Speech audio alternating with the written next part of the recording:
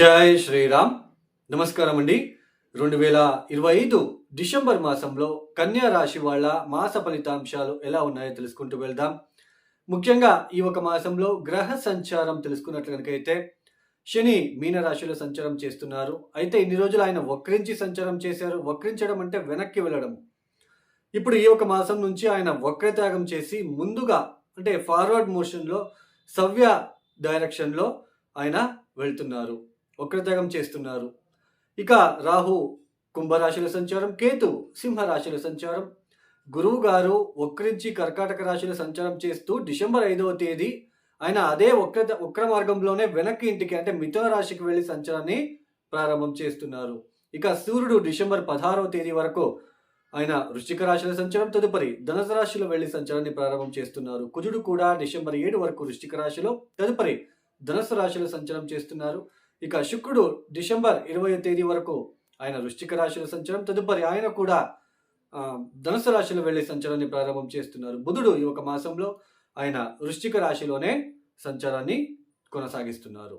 ఈ ఒక గ్రహ సంచారం వలన కన్యా రాశి వాళ్ళకి ముఖ్యంగా ఒక చిన్న మాట అండి.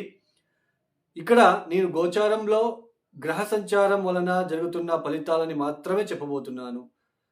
కన్యా రాశిలో లక్షల మంది పుట్టి ఉంటారు. అందరికీ ఒకేలాగా ఫలితాలు అనేది ఉండదు. అందరికీ కష్టాలే ఉండవు, అందరికీ సుఖాలే ఉండవు. వాళ్ళ జాతకాలు చాలా ఇంపార్టెంట్. దీన్ని గుర్తించుకోండి, గుర్తుపెట్టుకోండి. మనం పుట్టిన సమయం బాగా ఉన్నట్లు కనుకైతే ఈ గోచార రాశి ఫలితాలు నెస్సరీ లేదు. ఎప్పుడైతే మన జాతక రీత్యా బాగలేనప్పుడు ఈ అట్లీస్ట్ గోచారంలో ఏదైనా గురుబలము శని బలం వస్తే కాస్త రిలీఫ్ దొరుకుతుంది అనే ఒక చిన్న విషయాని కోసమే మనం ఇక్కడ ఈ ఒక రాశి ఫలితాలు అని చెప్పుకుంటున్నాం. సో మీరు జన్మజాతకం చాలా ఇంపార్టెంట్, అది అర్థం చేసుకోండి. రాశి ఫలితాలు కేవలం 20% నుంచి 30% మాత్రమే వర్తిస్తాయి. ఈ రాశుల వాళ్ళకి కోట్లు సంపాదిస్తారు. ఈ రాశి వాళ్ళకి బుధాదిత్య యోగము, మాలవ్య యోగము, అంశపురుష ఇలాంటివన్నీ ఏది గోచారంలో ఉండదు.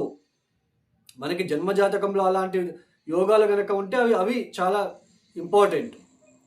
ఇది అర్థం చేసుకోండి. ఇక కన్యా రాశి వాళ్ళు, ఈ కన్యా రాశి వాళ్ళకి కాస్త మిశ్రమంగా గోచరిస్తూ ఉందండి.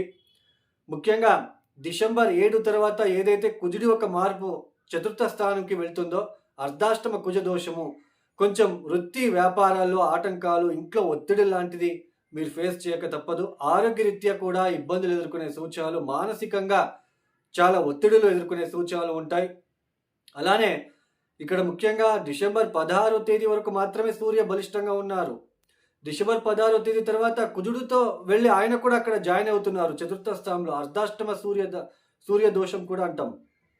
మీ కన్యా రాశి కన్యా లగ్నానికి వ్యయాధిపతి అయిన సూర్యుడు చతుర్థ స్థానంలో ఉండడం అనేది, దశమ స్థానంలో గురువు వక్రించి ఉండడము, ఈ ఉద్యోగం విషయంలో లేనిపోని అపవాదాలు, అపనిందలు, కొంచెం ర్యాష్గా ఉద్యోగంలో మాట్లాడాల్సిన టైం అనేది రాబోతుంది. కొంచెం కూల్గా చెప్తే ఎవరు వినరు, ర్యాష్గా మాట్లాడితేనే వింటారు అన్నట్టుగా మీరు ప్రవర్తించడము, ఇంట్లో ఒత్తిడులు పెరగడం లాంటిది, తల్లి ఆరోగ్యం విషయంలో ఇబ్బందులు, తల్లికి ఏదైనా ఇబ్బందులు వచ్చే సూచనలు, విద్యార్థులు చదువుల్లో వెనక్కి పడిపోవడం లాంటిది, శ్రద్ధ లేకుండా ఉండడం లాంటిది, అశ్రద్ధగా ఉండడం లాంటిది, భార్యాభర్తల మధ్య ఒక పీస్ తగ్గడం లాంటిది, వాహనం విషయంలో, సైటు కొనుగోలు విషయంలో, సైటు అమ్మే ఒక విషయంలో, ప్రాపర్టీ రిలేటెడ్ భూమి కొనుగోలు కావచ్చు, ఇల్లు కొనుగోలు కావచ్చు, వీటిలో అన్నిటిలో కూడా చాలా ఒత్తిడులు ఎక్కువగా ఉంటాయి. కొంచెం పనులన్నీ స్లోగా అవ్వడానికి ఛాన్సెస్ అనేది ఉండడానికి ఉంటుంది.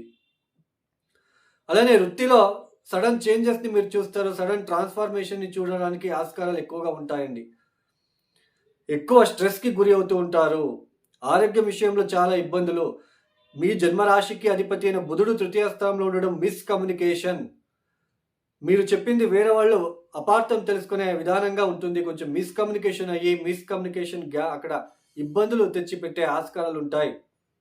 ప్రయాణాల్లో ఆటంకాలు, గృహంలో ఇబ్బందులు, వాహన అపఘాతాలయ్యే సూచనలు, కొంచెం తస్మాత్ జాగ్రత్తగా ఉండండి. శని యొక్క దృష్టి కూడా ధనుసు రాశి మీద ఉంటుంది.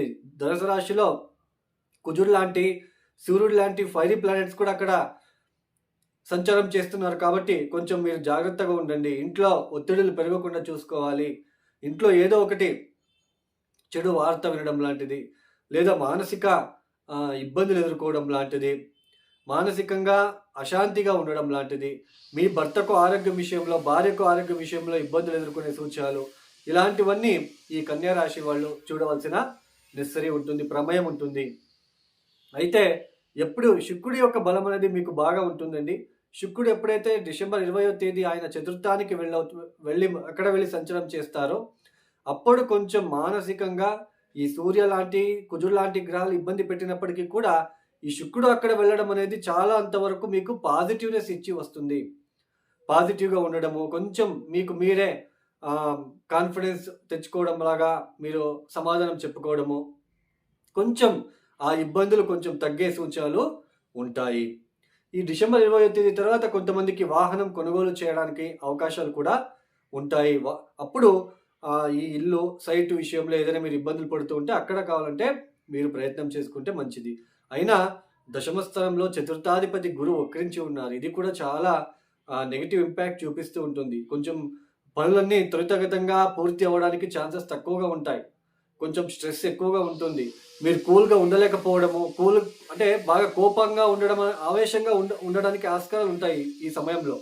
అలాంటివన్నీ చేయకుండా కొంచెం జాగ్రత్తలు తీసుకోండి.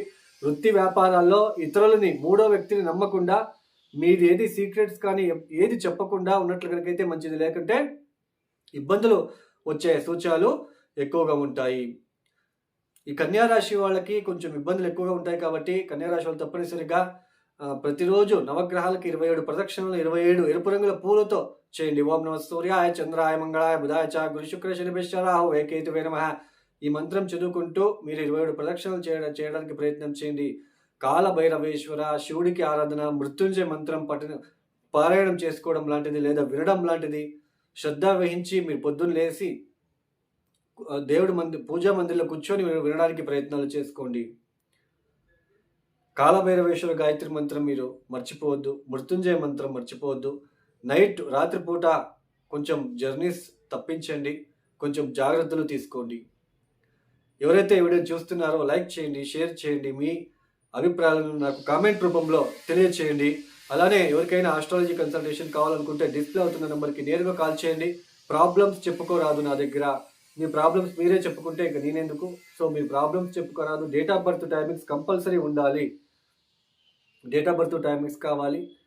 ఇవి అడుగుతుంటారు కొంతమంది, ఫేస్ పిక్చర్ పెట్టనా, హస్తరేఖ పెట్టనా. ఇది Vedic astrology. Date of birth timings కావాలి.